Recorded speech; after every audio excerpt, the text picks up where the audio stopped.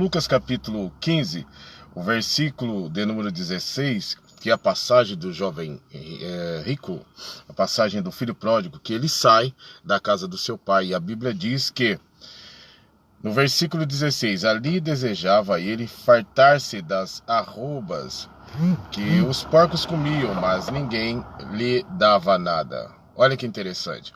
É nisto aqui que eu quero meditar com você, que está comigo nesta manhã. Mas ninguém, no versículo de número 16, diz a Bíblia, ninguém lhe dava nada, nada, ninguém o ajudava. Apesar de verem a sua situação, ninguém o ajudava. A Bíblia diz que este jovem pede ao seu pai a parte da sua herança, e nós conhecemos a história, e vai para uma terra longínqua, terra esta que ele não conhecia. E ali ele gasta toda a sua fortuna, tudo aquilo que ele adquiriu do seu pai, sem pensar, sem nenhuma preocupação com o dia de amanhã. E a palavra de Deus diz que, estando ele nessa terra longínqua, nos diz a Bíblia que ele, gastando tudo com festas e agradando seus amigos, de repente nessa terra vem uma seca muito grande.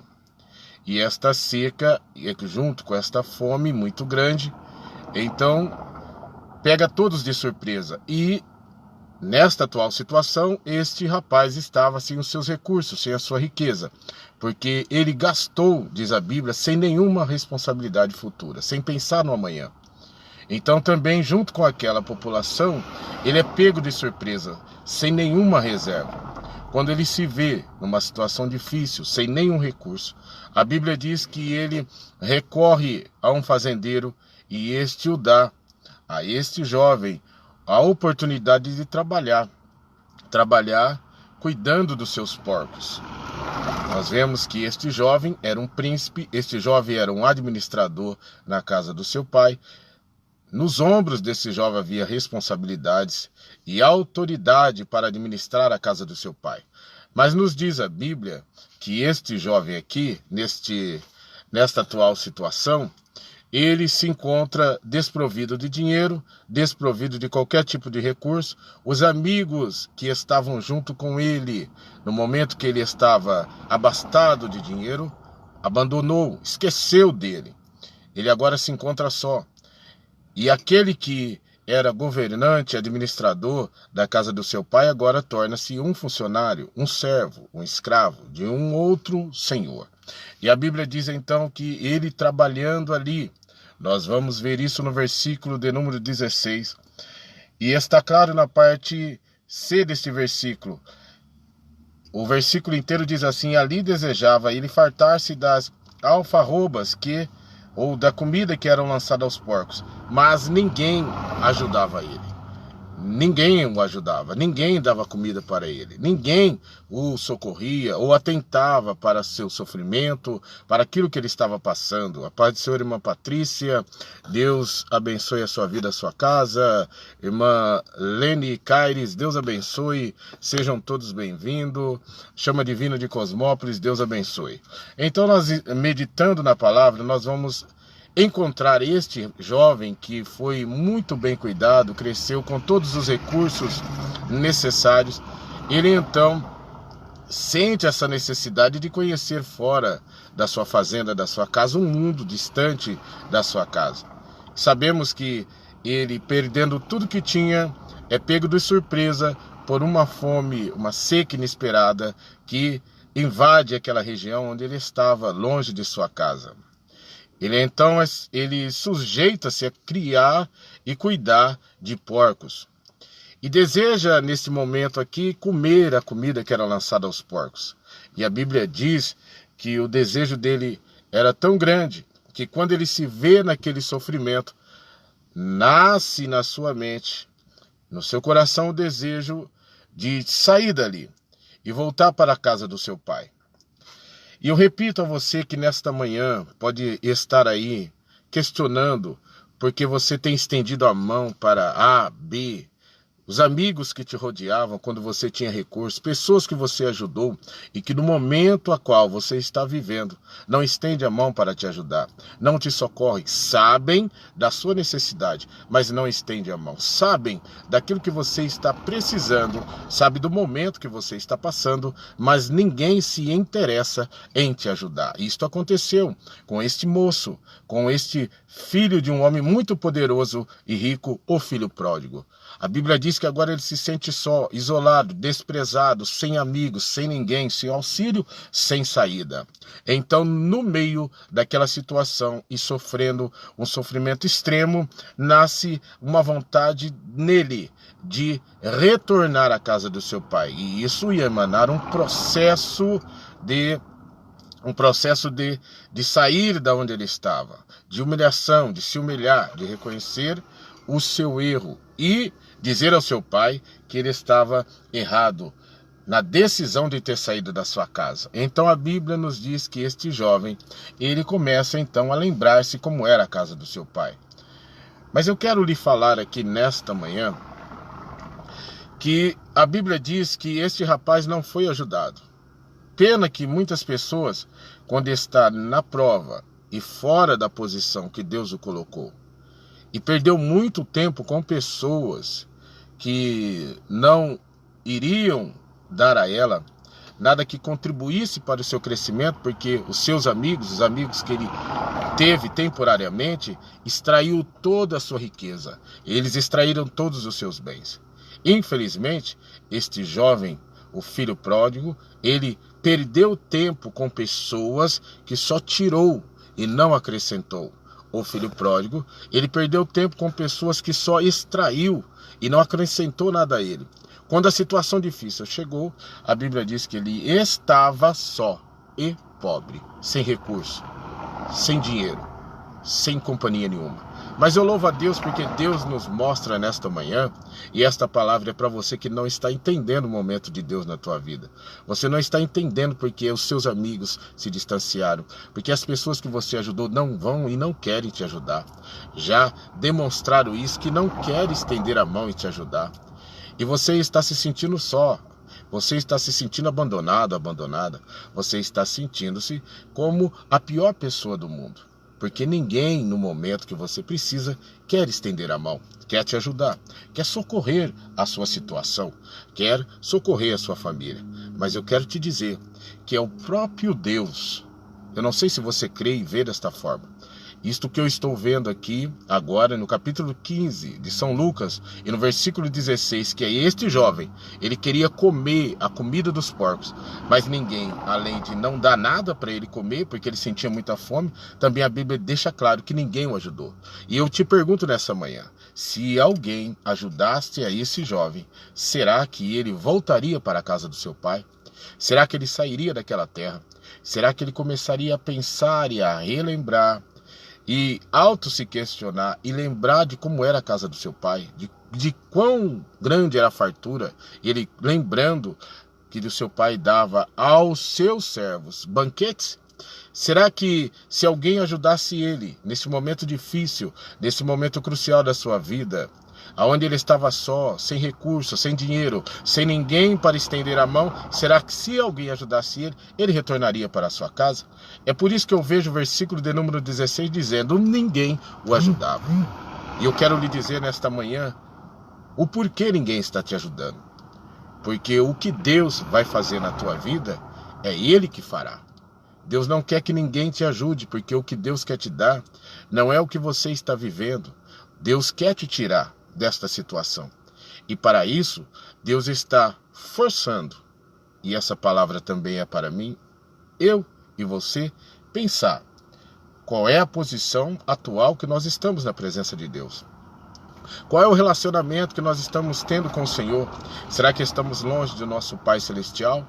Será que aonde nós entramos, e o tempo que nós gastamos com pessoas que diziam ser amigos, que estavam felizes ao nosso lado, porque nós demandávamos a eles recurso, nós tínhamos condição de sustentar as suas necessidades e agora, desprovidos de qualquer tipo de recurso, somos abandonados, somos esquecidos.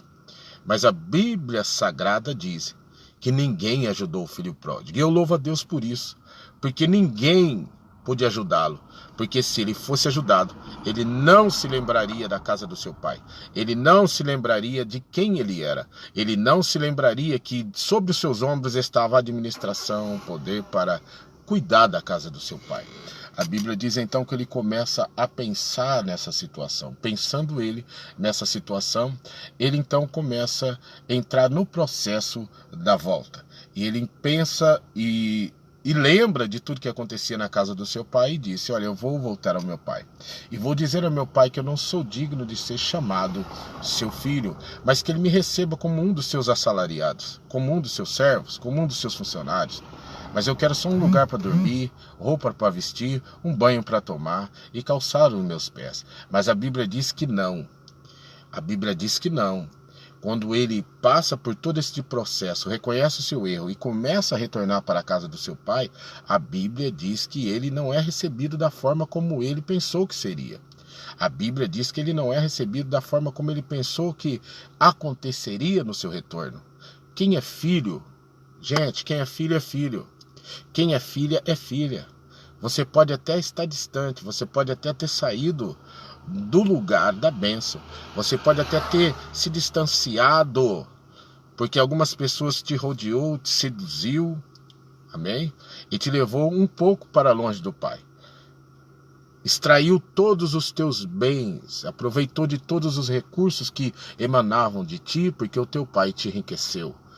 E agora, neste momento, você se encontra sozinho, sozinha, mas o teu pai está te esperando. E a Bíblia diz que naquele pensamento de se humilhar e reconhecer o seu erro, ele volta para a casa do seu pai. Mas para a sua surpresa, louvado seja o nome do Senhor, o seu pai ouve toda a sua retratação. O seu pai ouve e entende que ele reconheceu que errou. E para o seu pai, antes dele falar qualquer coisa, quando ele vê, diz a Bíblia, o seu filho vindo, chegando na entrada da sua fazenda, ele corre. Ele não quer saber se ele está sujo, ele não quis saber se ele estava fedendo, descalço, ele não quis saber se as suas roupas estavam limpas ou sujas. Ele abraçou feliz e o beijou feliz. Porque, repito, quem é filho e quem é filha. E quando ele pede perdão a seu pai ouve e diz: amém, filho.